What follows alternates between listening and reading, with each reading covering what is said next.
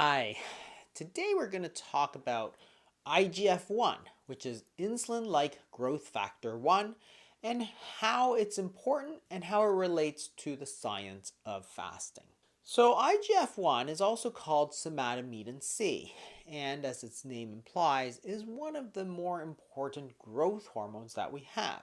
So as you might expect, it peaks during puberty as kids are growing up, and then during adulthood continuously drops until you get into your 60s and 70s when it gets to very low levels. At this point it's called somatopause, and this is also seen in other animals and particularly mammals. IGF-1 is produced by the liver and stimulated by something that is released by the pituitary gland called the growth hormone. And in addition to cell proliferation, it does other things as well: cell differentiation, and it inhibits apoptosis, which is programmed cell death. So you can see that it's really a very pro-growth hormone. Initially, it was thought that this would be a very effective way to reverse some of the changes of aging because, hey, if IGF-1 is low, then maybe if you give people IGF-1 or growth hormone, that's going to be a way to reverse some of these changes. And in 1990, a group published a study in the New England Journal of Medicine that showed that, hey, perhaps there may be something to that thought. So when they administered this human growth hormone for 6 months, they saw that people got more lean mass, they lost body fat, and increased bone density. It was an 8% increase in lean body mass, accompanied by a 14.4% decrease in adipose tissue mass, and a much smaller 1.6% increase in lumbar vertebral density, and skin thickness increased by 7.1%. So it sounded really good because as you get older, your bones get a little weaker, your skin gets a little thinner. Perhaps you could be anti-aging, and it became very, very popular through the 1990s and early 2000s. However, by 2007, a lot of problems were starting to show up.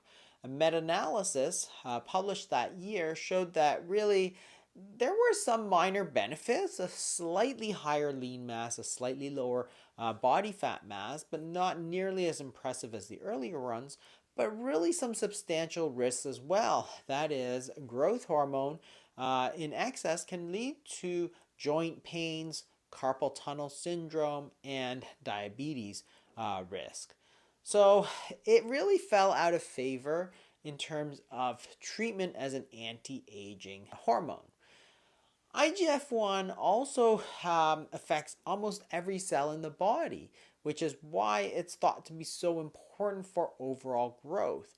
And it binds to the IGF-1 receptor and activates the AKT signaling pathway, which is, again, one of these pro-growth pathways that resides in almost all mammalian cells.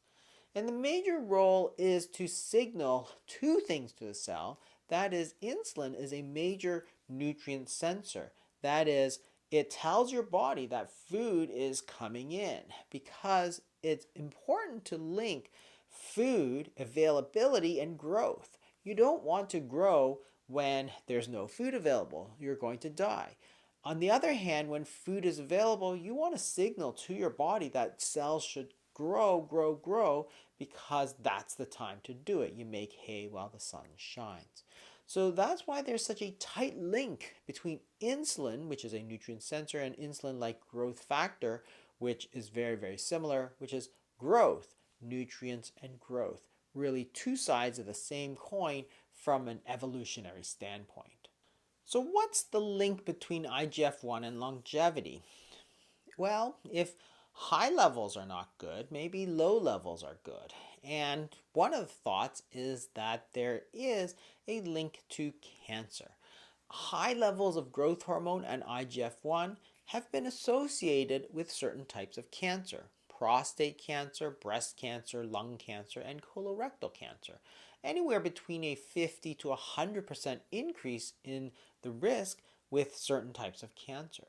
So the question is it good to have high levels or is it good to have low levels? And that's why this study published by Dr. Longo and his colleagues is so important, because they showed the association between IGF-1 levels and all-cause mortality. So let's look at this study a little closer. This was a meta-analysis. So what the researchers did was they combed through all available literature on the subject, and what they found after all of it is 19 studies and 30,876 participants. When they looked at this question of, hey, is IGF levels related to risk of dying or mortality? What they found was that there didn't seem to be any kind of relationship. But because they were able to look at multiple studies, a closer examination of the results showed something very interesting. That is, both high levels of IGF-1 and very low levels of IGF-1 are associated with poor outcomes.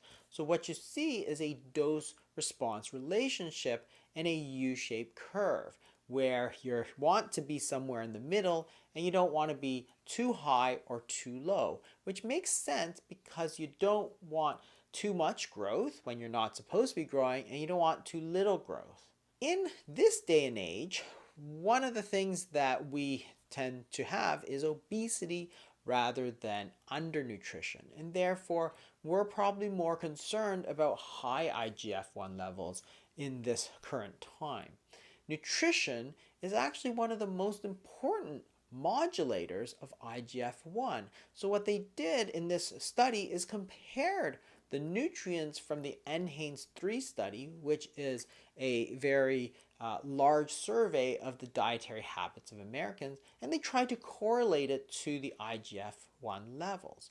What they found was that protein and carbohydrates tend to increase IGF-1 the most, which is very similar to how it affects on insulin, and animal proteins tend to stimulate it more than plant proteins, whereas fats, they don't really have too much of an effect. When they looked at specific foods, it was milk, cheese, and yogurt which tended to increase it the most, and the least was eggs and butter. So it wasn't the fat perhaps, but all of the proteins that may be stimulating the IGF-1.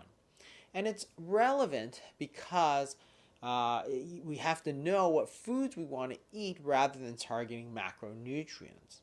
So when we're looking at IGF-1, we have to really make sure that we're not in the low level, which is malnutrition. But assuming that we're well nourished, you also want to make sure you're not going too high. Because previously we used to say, well, we should have high levels of protein. But perhaps that's not such a good thing, because then you're revving the growth strategy too much. And there seems to be a trade-off between growth and longevity. That is, if you tend to grow, you may not last as long. If you don't grow, you may live longer, but at the cost of being smaller or malnourished.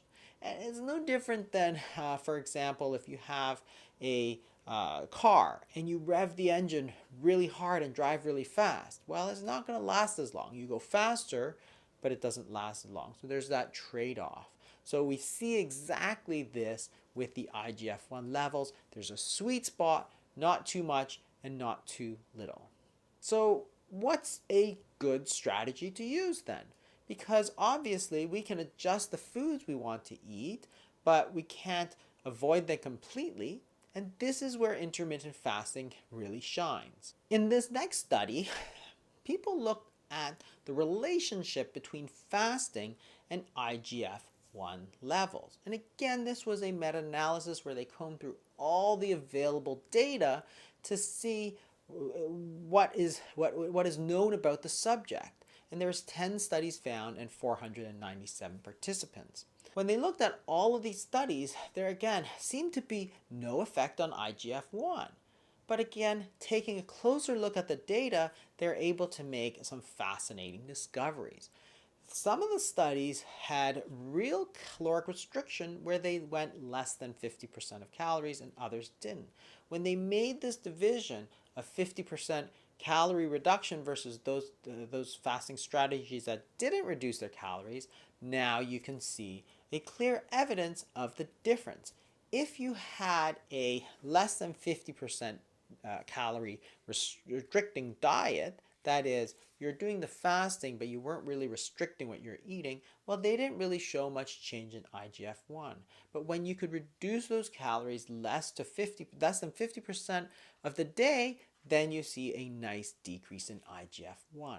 Coming back to the question of how this relates to our dietary strategy, fasting is ideally positioned here because once again, you want not high levels and not low levels, and fasting actually fluctuates between the two. So when you're eating normal foods and your IGF-1 is going to go up, but when you have that fasting level, it's going to go back down. When you do the fasting, you want to get into that stage where you're getting very, very low calories, less than 50%, in order to get that decrease in IGF-1. And that's going to be the easiest way to balance both the highs and the lows and make sure that you're in this sweet spot. Interestingly enough, if you look at many religions, they do exactly that.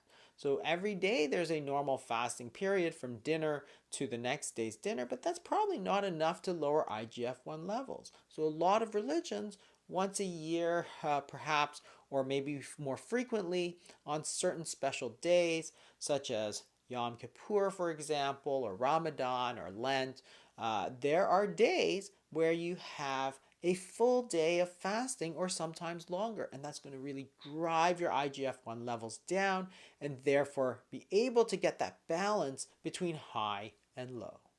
That's some of the science behind fasting and why it's really an ideal dietary strategy for certain things, but control of the IGF-1 levels, which may relate very heavily to your risk of cancer as well as longevity, is exactly that.